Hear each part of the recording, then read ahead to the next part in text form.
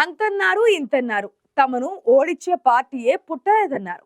ఒక్కసారి ప్రజలు జలక్కివ్వడంతో నేతలు గోడ దూకేశారు. కారును షెడ్డికే పరిమితం చేశారు. పార్లమెంట్ ఎన్నికల్లో నేతల తీరుపై అభ్యర్థి కంప్లైంట్ చేసినా పట్టించుకోలేదు అధిష్టానం. పార్టీలో లుకలుకలతో ఇప్పుడు ఆ నాయకుడు కూడా ఫిరాయించడంతో దిద్దుబాటు చర్యలకు దిగారట అధినేత.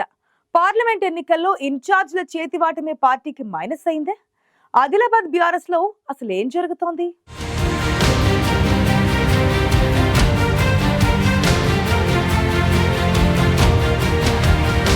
ఉమ్మడి ఆదిలాబాద్ జిల్లాలో 10 ఏళ్ల పాటు ఓ వెలుగు వెలిగిన బీఆర్ఎస్ పార్టీకి 2023 అసెంబ్లీ ఎన్నికలు చేదు అనుభవాన్ని మిగిలిస్తే పార్లమెంట్ ఎన్నికలు కోలుకోలేని దెబ్బ కొట్టాయని చెప్పొచ్చు. ముచ్చటగా మూడోసారి కూడా తామే ప్రభుత్వాన్ని ఏర్పాటు చేస్తామనుకుంటే ప్రజలిచ్చిన షాక్తో ఫామ్ హౌస్కే పరిమితమయ్యారు గులాబీ బాస్. దీంతో కొందరు నేతలు వెంటనే గోడ దూకేస్తే మరికొందరు నేతలు గతంలో తాము చేసిన తప్పులను కప్పిపుచ్చుకునేందుకు అధికార పార్టీకి సరెండర్ అయ్యారు. పార్లమెంట్ ఎన్నికల్లో బీఆర్ఎస్ నుంచి పోటీ చేసి ఓడిపోయిన ఆసిఫాబాద్ మాజీ ఎమ్మెల్యే ఆత్రం సక్కు కాంగ్రెస్ పార్టీలో చేరడానికి సొంత పార్టీ నేతలే కారణమనే మాట కింది స్థాయి కార్యకర్తలు నేతల నుంచి వినిపిస్తోంది. ఇప్పటికే దీనిపై పార్టీ అధిష్టానానికి అనేక ఫిర్యాదులు అందినట్టు సమాచారం.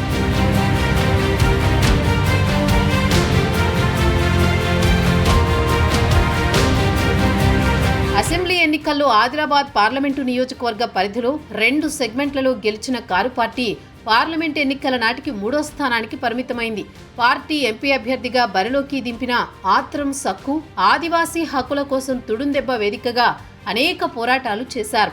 వ్యక్తిగతంగా ఆయనకు మంచి పేరున్నా 3వ స్థానానికి పడిపోవడం, ఆశించిన స్థాయిలో ఓట్లు పడకపోవడంపై ఆరా తీసిందట బీఆర్ఎస్ అధిష్టానం.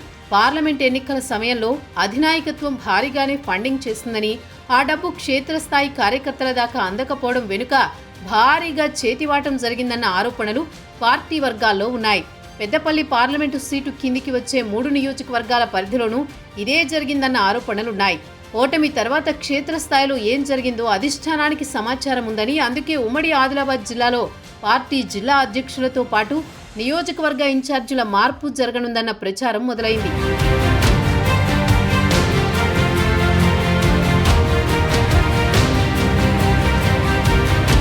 అసెంబ్లీ ఎన్నికల్లో పార్టీ పరాజయం తర్వాత జరిగిన పార్లమెంట్ ఎన్నికల్లో గెలుపోటములు పక్కన పెడితే పార్టీకి ఓట్ల శాతం తగ్గకుండా గులాబీ బాస్ కేసీఆర్ తీవ్ర స్థాయిలో కసరత్తు చేశారు. ఓడిపోతామని తెలిసి కూడా కొన్ని పార్లమెంటు నియోజకవర్గాల్లో పార్టీ భారీగానే ఖర్చు పెట్టిందని ప్రచారం జరిగింది. బలమైన అభ్యర్థులను బీఆర్ఎస్ రంగంలోకి దింపింది. కానీ కొన్ని నియోజకవర్గాల్లో కక్కుర్తిపడ్డ గులాబీ నేతలు పార్టీ పంపిన ఫండ్ ఖర్చు చేయకుండా సొంత ఖాతాలో వేసుకున్నారన్న ఆరోపణలు వినిపిస్తున్నాయి. అలాంటి నేతల గురించి ఆరా తీస్తోందట అధిష్టానం. ఉమ్మడి జిల్లాలో కొందరు ముఖ్య నేతలు కూడా ఎన్నికల ఖర్చులో చేతివాటం ప్రదర్శించారన్న ఆరోపణలు అధిష్టానానికి అందాయి. దీనిపై పార్టీ అగ్రనేతలు ఆగ్రహంతో ఉన్నట్టు పార్టీ వర్గాల్లో చర్చ జరుగుతోంది. కొన్ని నియోజకవర్గాల్లో పార్టీ కోసం అంకిత భావంతో పనిచేస్తున్న ముఖ్య నేతలు, కార్యకర్తలతో ఇప్పటికే అధినేత మాట్లాడినట్టు కూడా తెలుస్తోంది. చేతివాటం ప్రదర్శించిన నియోజకవర్గాల ఇన్ఛార్జీలతో పాటు జిల్లా సీనియర్ నేత ఒకరిపై వేటు వేసేందుకు అధిష్టానం నిర్ణయం తీసుకున్నట్లు తెలిసింది.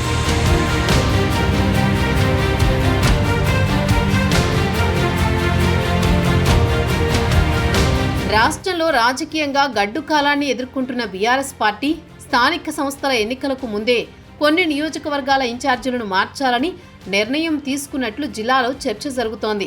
మొదట పార్లమెంటు ఎన్నికల కోసం పంపిన ఫండ్ని పక్కదారి పట్టించిన వారిని ముందు తప్పించాలని ఆలోచిస్తున్నట్టు పార్టీ వర్గాల్లో ప్రచారం జరుగుతోంది.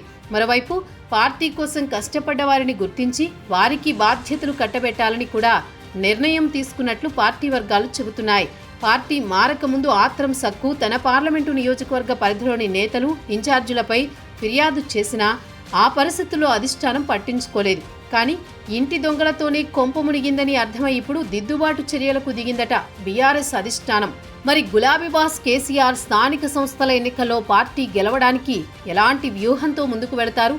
పార్టీకి నమ్మక ద్రోహం చేసిన నేతల విషయంలో ఎలాంటి చర్యలు తీసుకుంటారో చూడాలి.